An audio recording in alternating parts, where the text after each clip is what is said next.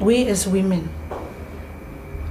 we want to be treated as precious, because what really happened to Anikie, the brutal attack, and it clearly shows that the perpetrator had all the time that he needed, and this is not something that actually a person just came to work and decided that I'm going to kill this person.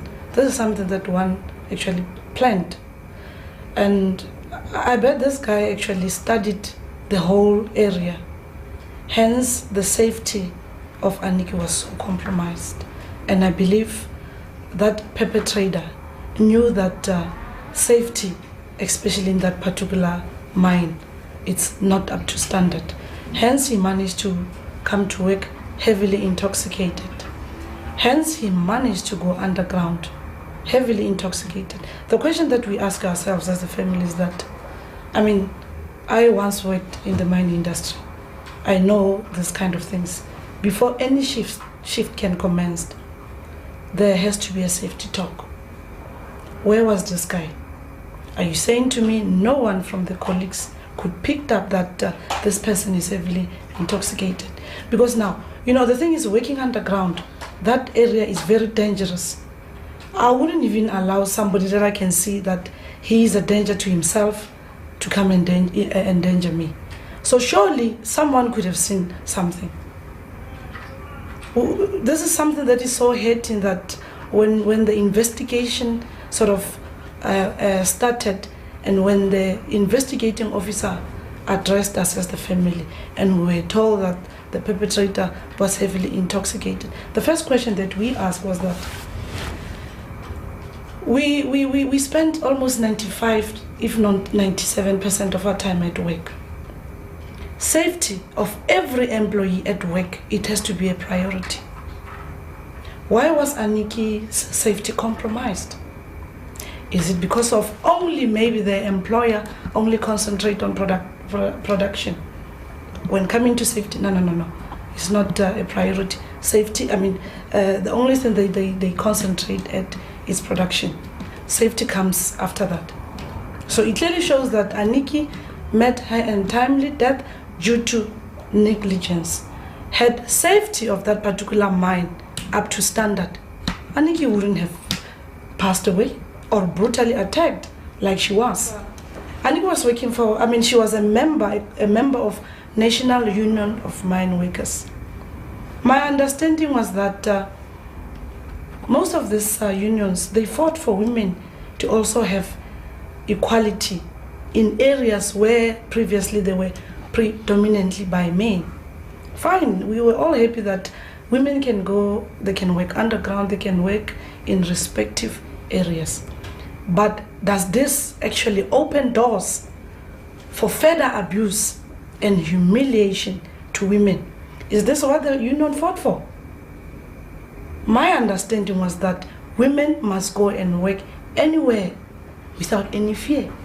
Right now, majority of women, especially in the mining industry, after this gruesome attack, they are fearing for their lives. It's not even a year ago where another lady was brutally murdered by the name of Pinky. I'm not quite sure about his name. This was well known to everyone, even the government. Nothing happened. Hardly another year, another lady also was attacked. My sister, she was brutally attacked. She was found half naked. The intention of the perpetrator, we were told that there's attempted rape. We're still waiting for DNA results and further test. What I'm asking myself is that why do men see women, especially who are working underground, as sex objects? Why? Those poor women also, they are working for their families. Some of them, they are breadwinners. It's not like they went there because they didn't have a choice. Most of them, they did went there because some did have a choice, some did not, because of the hunger that is sort of multiplying one had to take that particular job and start feeding her family. But does this open doors for this brutal attacks to women? The question that I'm asking is that, yes, my sister is gone. To all women that are working in the mining industry, they must ask themselves a question. It was Pinky, it's not a long time ago. Now it's Anikie.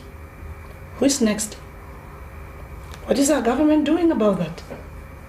Is the government only going to stand up if maybe the 10th woman will be killed underground? That's when one will say, no.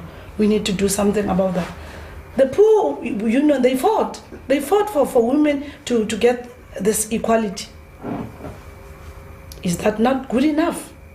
I bet they did wonders.